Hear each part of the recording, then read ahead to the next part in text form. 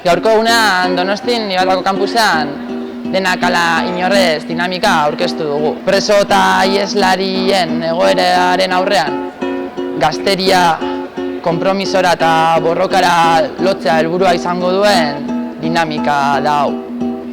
Egungo egoera honetan, non estatuek jasarpena eta errepresioa besterik ez daukaten errezetatzat, izugarrizko garrantzia dauka gazteria oro indarrez preso eta iheslarien etxeatzearen aldeko borrokan murgiltzea.